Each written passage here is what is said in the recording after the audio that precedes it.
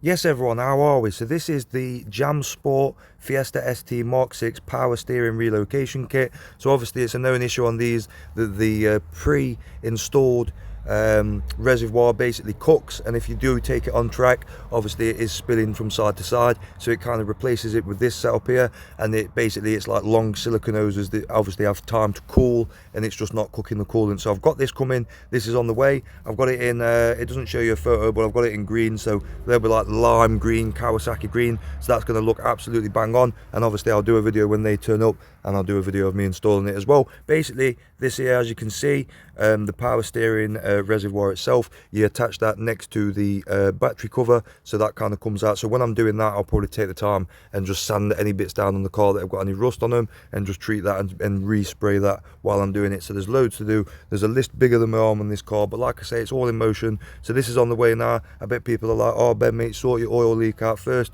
Well, let's do other things at the same time, do you know what I mean? And I'm going to get it in for an MOT ASAP as well. So nice one for the support, guys, and I'll see you in the next one.